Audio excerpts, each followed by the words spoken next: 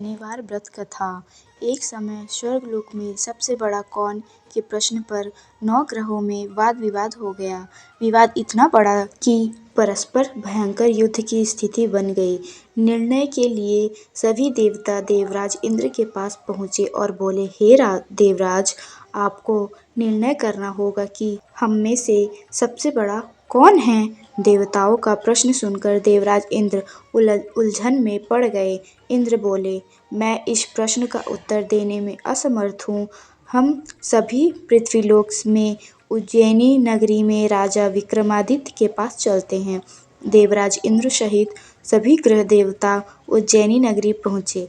महल में पहुँचकर जब देवताओं ने उनसे अपना प्रश्न पूछा तो राजा विक्रमादित्य भी कुछ देर के लिए परेशान हो उठे, क्योंकि सभी देवता अपनी अपनी शक्तियों के कारण महान थे।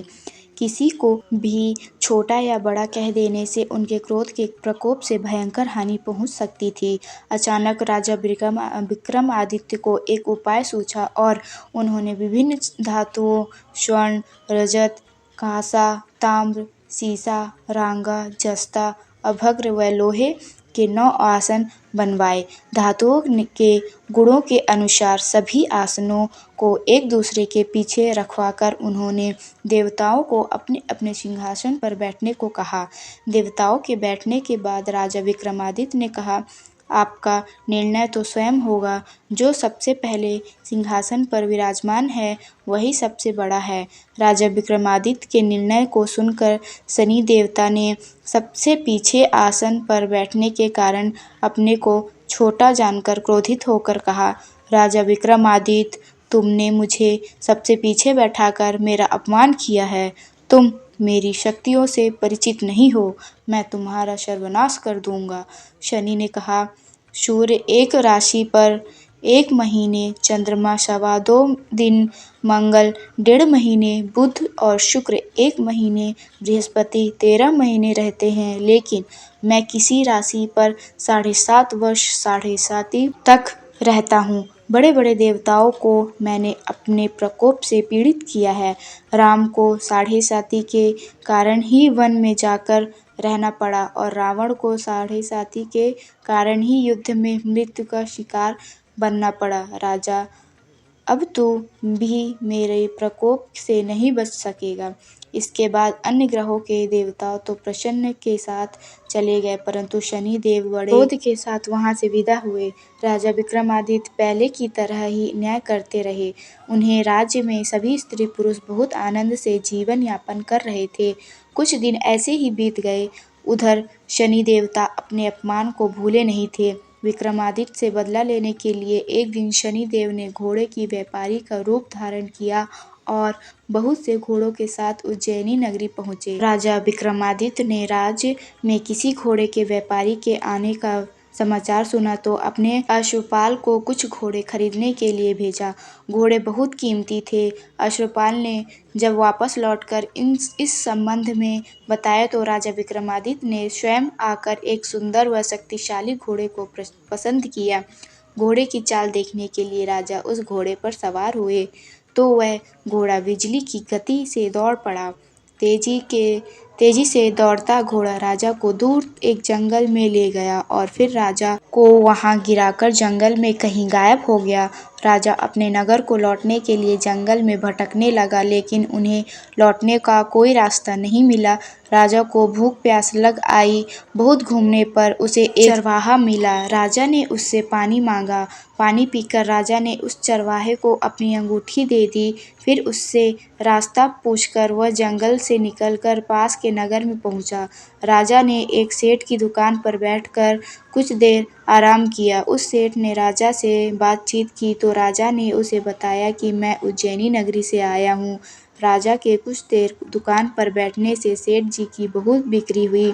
सेठ ने राजा को बहुत भाग्यवान समझा और खुश होकर उसे अपने घर भोजन के लिए ले गया। सेठ के घर में सोने का एक हार खूंटी पर लटका हुआ था। राजा को उस कमरे में छोड़कर सेठ कुछ देर के लिए बाहर गया। तभी एक आश्चर्यजनक घटना घटी। राजा के देखते देखते सोने के उस हार को खूंटी निगल गई। सेठ ने कमरे में लौटकर हार को गायब देखा तो चोरी का संदेह राजा पर ही किया, क्योंकि उस कमरे में राजा ही अकेला बैठा था। सेठ ने अपने नौकरों से कहा कि इस परदेसी को रस्सियों से बांधकर नगर के राजा के पास ले चलो। राजा ने विक्रमादित्य से हार के बारे में पूछा तो उसने बताया कि उसके देखते ही देखते खूंटी के हार को निगल लिया था। इस पर राजा ने क्रोधित होकर चोरी करने के अपराध में विक्रमादित्य के हाथ पांव काटने का आदेश दे दिया। राजा विक्रमादित्य के हाथ पांव काटकर उसे नगर की सड़क पर छोड़ दिया गया।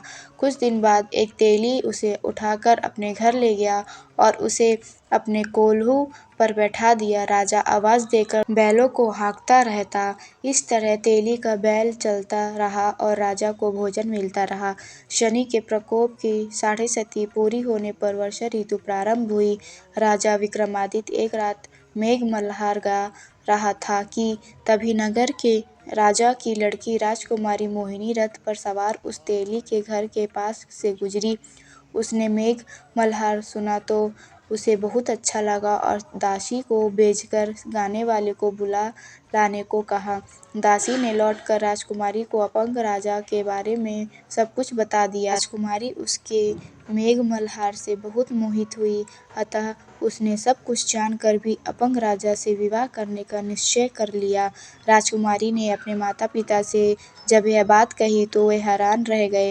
रानी ने मोहिनी को समझाया, बेटी, तेरे भाग्य में तो किसी राजा की रानी होना लिखा है, फिर तो उस अपंग से विवाह करके अपना पांव पर कुल्हाड़ी क्यों मार रही है। राजकुमारी ने अपनी जिद नहीं छोड़ी। अपनी जिद पूरी कराने के लिए उसने भोजन करना छोड़ दिया और प्राण त्याग देने का निश्चय कर लिया। आखिर राजा रानी को विवश होकर अपंग विक्रमादित्य से राजकुमारी का विवाह करना पड़ा। विवाह के बाद राजा विक्रमादित्य और राजकुमारी तेली के घर में रहने लगे।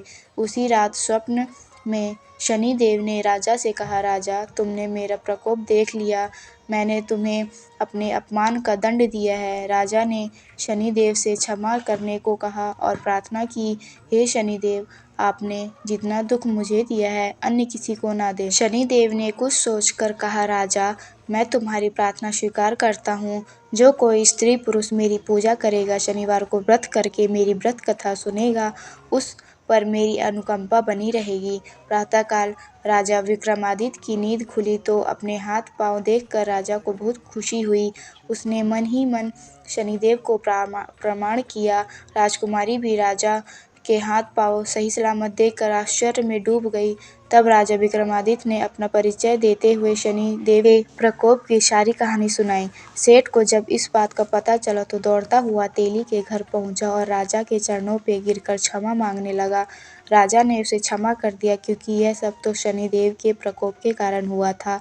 सेठ राजा को अपने घर ले गया और उसे भोजन कराया। भोजन कराते समय वहाँ एक आश्चर्यजनक घटना घटी। सबके देखते देखते उस खूंटी ने हार उगल दिया। सेठ जी ने अपनी बेटी का विवाह भी राजा के साथ कर दिया और बहुत से स्वर्ण आभूषण, धन आदि देकर राजा को विदा किया। राजा विक्रमादित्य राजकुमारी मोहिनी और सेठ की बेटी के साथ उज्जैनी पहुंचे तो नगरवासियों ने हर्ष से उनका स्वागत किया। अगले दिन राजा विक्रमादित्य ने पूरे राज्य में घोषणा कराई कि शनिदेव सब देवों में सर्वश्रेष्ठ हैं। प्रत्येक स्त्री पुरुष शनिवार को उनका व्रत करे और व्रत कथा अवश्य सुने। राजा विक्रमादित्य की घोषणा से शनिदेव बहुत प्रसन्न हुए। शनिवार का व्रत करने और व्रत कथा सुनने के कारण सभी लोगों की मनोकामनाएं शनिदेव की अनुकंपा से पूरी होने लगी। सभी लोग आनंद पूर्वक रहने लगे।